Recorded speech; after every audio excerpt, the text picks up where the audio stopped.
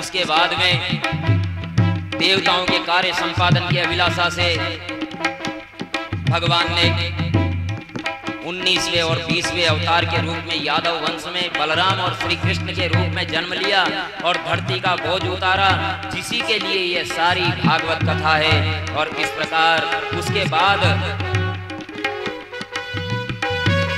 ततो कलो संप्रवृत्ते सम्मोहाय सुरद्विषा बुद्धो नाम्ना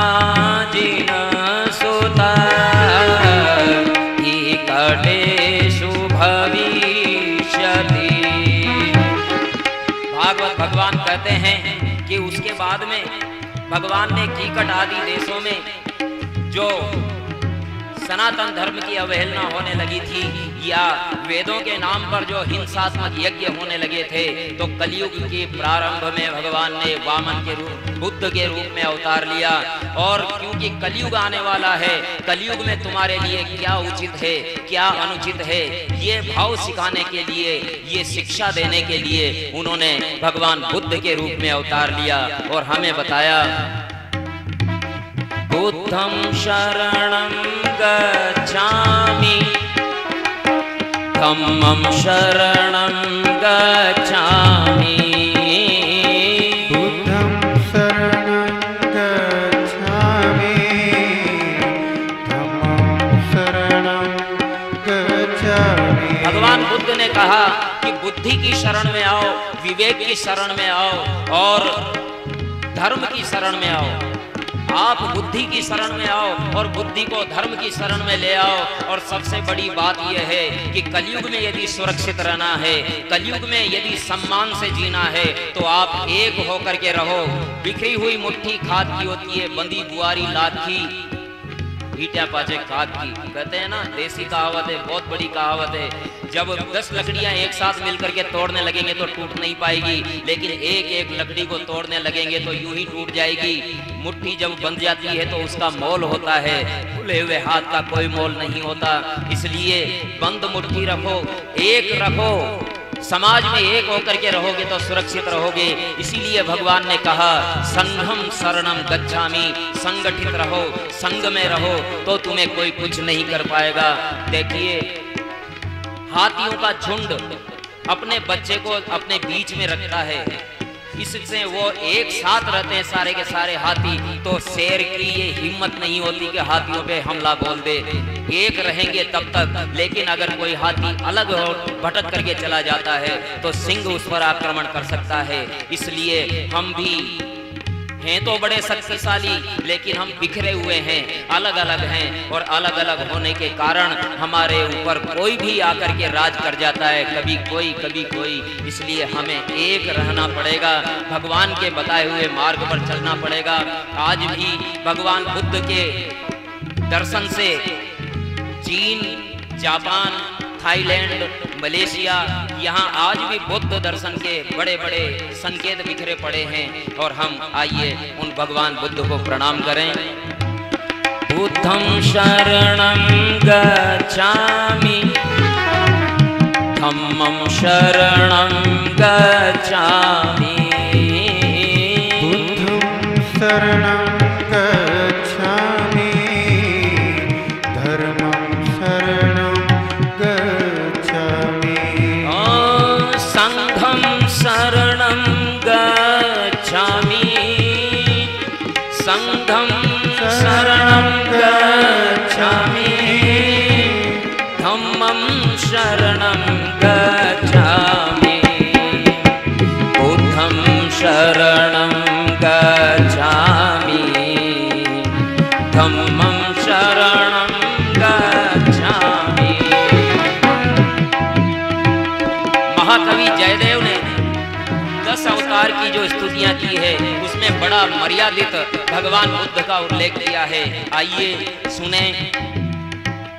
वेदं उद्धरते जगन्निवहते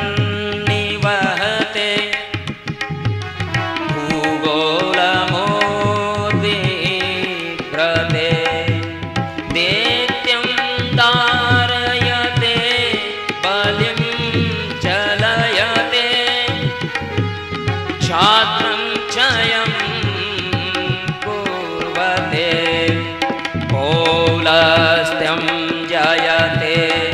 फलं कलयते कारुण्यया तन्वते म्लेच्छां मूर्छयते दशावतरते कृष्णाय तोभ्यं नमः बुद्धं शरणं गच्छामि धम्मं शरणं गच्छामि।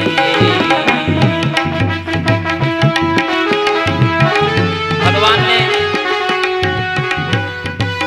महाकवि जयदेव ने भगवान बुद्ध का दशावतार की स्तुति में बड़ा विशद वर्णन किया, मर्यादित वर्णन किया। और इस प्रकार से भगवान ने जब कलयुग का प्रभाव बड़ा बढ़ जाएगा, जब व्यक्ति नहीं रह करके जानवर हो जाएगा। अब देखिए भागवत में ये वर्णन है कि कलयुग का व्यक्ति जानवर हो जाएगा, क्योंकि एक समय था, ध्यान देना, एक समय था जब जानवरों से सुरक्षा के लिए नगर के परकोटा लगाया जाता था। पुराने जो भी नगर हैं उनके चारों तरफ एक बड़ी दीवार बनी रहती है। वो दीवार क्यों बनी रहती थी? कि कहीं जानवर आ न जाए और मनुष्यों को मार न दे। लेकिन आज मनुष्य से जानवर को बचाने के लिए जानवरों को दीवारों में बंद किया जा रहा है। कहीं मनुष्य जानवरों को न मार दे, इसलिए अभयारण्य बनाए जा रहे हैं। अब देखिए, जानवर पहले बहुत ज्यादा थे तो आदमी कम थे, लेकिन अब वो सारे जानवर तो आदमी ने मार दिए, सारे जानवर आदमियों ने मार दिए, और वो जानवर जन्म ले लेकर के आदमियों के रूप में आ गए। इसीलिए आदमी आजकल जानवर हो गया है। जानवरों में और आदमियों में आज कोई अंतर नहीं रहा। ऐसी खबरें सुनने को मिलती है कि विश्वास नहीं होता कि क्या हम उसी समाज में रह रहे हैं जहां नारी को देवी माना गया है, माता माना गया है। परम सम्माननीय भारतीय संस्कृति में कोई है तो वो नारी है, और आज नारी के जैसे अपमान हो रहे हैं, सुनने में भी पाप लगे।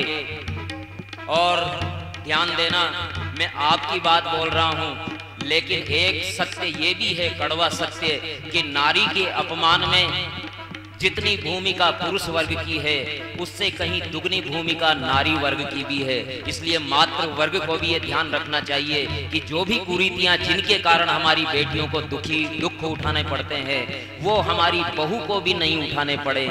ये ध्यान रखना हमारी मातृशक्ति का कर्तव्य है। हम जानवरी पाशविक वृत्तियों से ग्रस्त हो गए, और कलयुग में ये वृत्तियां इतनी बढ़ेगी कि ये आदमी है या जानवर, इसमें कोई फर्क नहीं होगा। जब ऐसी स्थितियां आ जाएगी, तब संबलपुर ग्राम में विष्णु यश व्यक्ति के यहाँ, विष्णु यश नामक ब्राह्मण के यहाँ भगवान अवतार लेंगे और वे म्लेच्छों को मारेंगे, और तब वापस से धर्म की स्थापना करेंगे। हे शौनकादिक ऋषियों, भगवान के अवतार को कोई गिन नहीं सकता। अरे भगवान के अवतारों को कोई गिन नहीं सकता, क्योंकि यहाँ जितने भी प्राणी बैठे हुए हैं, जितने भी प्राणी इस संसार में हैं, वे सभी भगवान के ही अंश हैं। अब उनमें से कोई अपने ईश्वर अंश को कितना बड़ा उभार लेता है, इसी पर फर्क पड़ता है। इसीलिए ईश्वर अंश जीव अविनाशी, ईश्वर अंश जीव अविनाशी, चेतन अमल सहज सुख राशि, चेतन अमल सहज सुख राशि, जड़ चेतन खग मृग प्रकृति में, जड़ चेतन खग मृग प्रकृति में, तत्व रूप कण कण के वासी, तत्व रूप कण कण के वासी, अलख निरंजन नारायण, अलख निरंजन नारायण, मुझ में नारायण तुझ में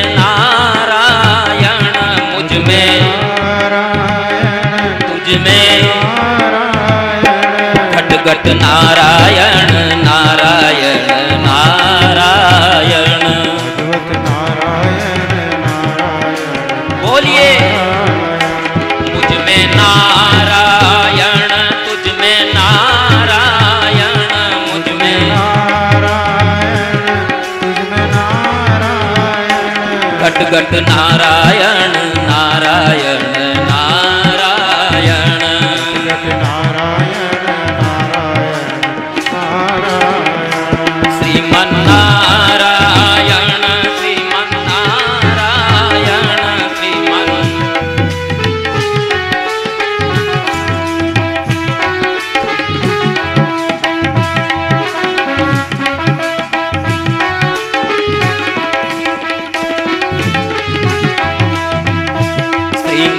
श्रीमन्नारायण हरि ओम नारायण श्रीमन्नारायण हरि ओम नारायण।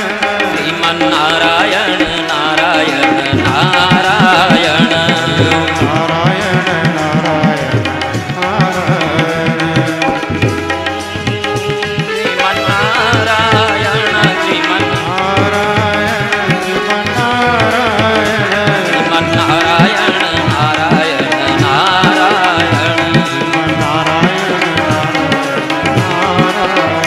श्रीमन्नारायण नारायण नारायण। नारायण नारायण नारायण। श्रीमन्नारायण नारायण नारायण। अलग निरंजन राम भज मन नारायण।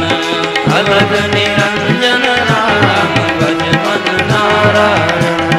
अलग निरंजन राम भज मन नारायण।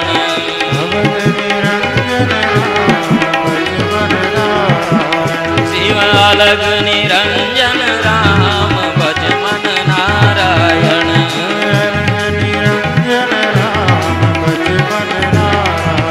श्रीमन्नारायण हरि ओम नारायण। श्रीमन्नारायण हरि ओम नारायण। श्रीमन्नारायण हरि ओम नारायण। नारायण नारायण नारायण। श्रीमन्नारायण नारायण नारायण। श्रीमन्नारायण श्रीमन्नारायण श्रीमन्नारायण श्रीमन्नारायण। बोलिए लक्ष्मी नारायण भगवान की।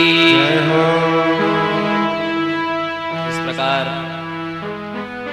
भगवान के 24 अवतारों का वर्णन हुआ। सौनकादिक ऋषियों के सुखदेव और व्यास जी और परीक्षित के संबंधित अनेकों जिज्ञासाएं प्रकट की तो सूत जी महाराज सौनकादिक ऋषियों से बोलते हैं कि वर्तमान चतुर्युगी के तीसरे युग द्वापर में महर्षि पाराशर द्वारा वसु कन्या सरस्वती के सत्यवती के गर्भ से भगवान के कलावतार व्यास जी का जन्म हुआ था। एक दिन सूर्योदय के समय सरस्वती के जल में स्नान करके एकांत में बैठे थे। महर्षि त्रिकालदर्शी थे। काल की आहट सुनकर और वे वेदों को 4 भागों में बांट दिए। फिर भी लोगों की समझ में ना आए तो व्यास जी महाराज ने समाधि लगाई। उस समाधि में जो कुछ उन्हें अनुभव हुआ उसको लिपिबद्ध करवा दिया गणेश जी के द्वारा। वो एक पुराण बना। इस प्रकार कहते हैं कि व्यास जी महाराज ने 18 बार समाधि लगाई और समाधिस्थ होकर के बोलते रहे और गणेश जी लिखते रहे और यही हमारे 18 पुराण हैं। गणेश जी ने यह शर्त रखी थी कि ठीक है मैं लिख तो दूंगा जो भी आप कहेंगे,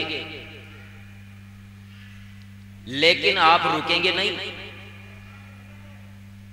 गणेश जी ने क्या शर्त रखी कि जो भी आप बोलेंगे मैं लिख दूंगा, लेकिन आप रुकेंगे नहीं। अगर आप रुक गए तो फिर मैं लिखना बंद कर दूंगा।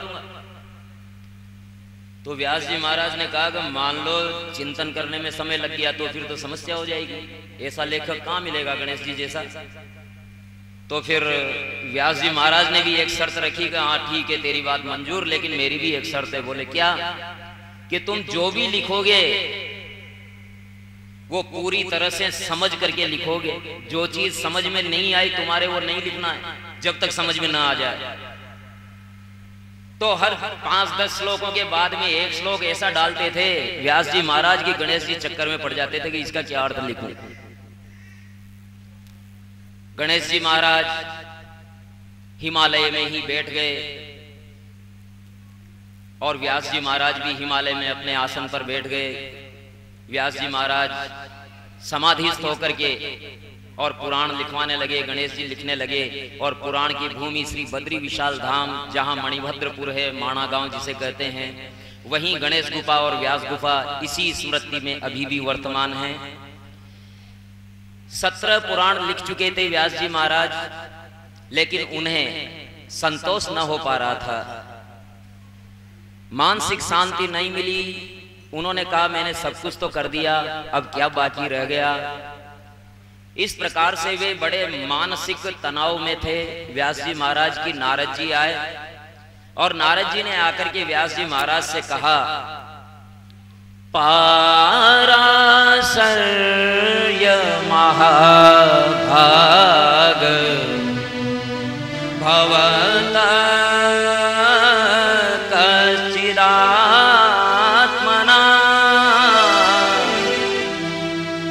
यदि तुष्यति शारीरम् आत्मा मानस एव वा। हे व्यास जी महाराज, आपके चिंतन से, आपके लेखन से, आपके कर्म से आपका मन तो संतुष्ट है ना? बहुत बड़ी बात, सबसे बड़ा प्रश्न हमें भी अपने आप से पूछना चाहिए। नारद जी महाराज ने व्यास जी महाराज से क्या पूछा कि आप अपने कर्म से, अपनी चित्त वृत्तियों से, अपने अनुभव से संतुष्ट है ना? यदि व्यक्ति अपने कर्म से संतुष्ट है, अपनी चित्त वृत्तियों से संतुष्ट है, तो उसे कुछ भी दुख नहीं हो सकता। क्योंकि यदि उसके कर्म अच्छे हैं, कर्म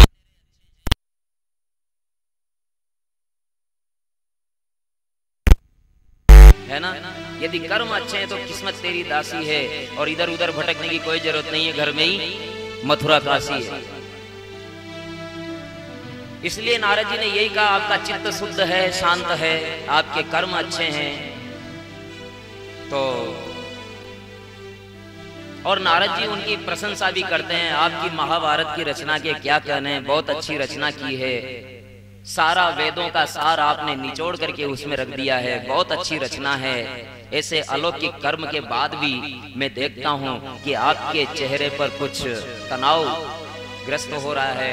व्यास जी बोले, आप सत्य कहते हैं, योग अनुष्ठान नियमों के द्वारा परब्रह्म और शब्द ब्रह्म दोनों की मैंने बड़ी स्तुति की और उन्हें संतुष्ट किया है, लेकिन मेरे मन में अभी भी पता नहीं क्यों विषाद बना हुआ है। मैं बहुत सोचता हूं लेकिन मुझे समझ में नहीं आता आखिर मेरे मन की अशांति का कारण क्या है। यदि आप जानते हो तो बताइए। नारद जी ने कहा कि व्यास जी महाराज, आपने अब तक जितने भी ग्रंथ लिखे हैं वे सब ज्ञान परक हैं। ज्ञान बगाड़ दिया आपने, बहुत अच्छा, लेकिन भगवान में समर्पण का अभाव है। और जब तक ज्ञान भक्ति नहीं आती, किसी भी कविता में यदि भक्ति नहीं आई, भगवान का नाम ना आया, तो कविता नहीं हो सकती। क्योंकि विधुवदनी सब भांति सवारी, विधुवदनी सब भांति सवारी, सोहन बसन बिना भर नारी, सोहन बसन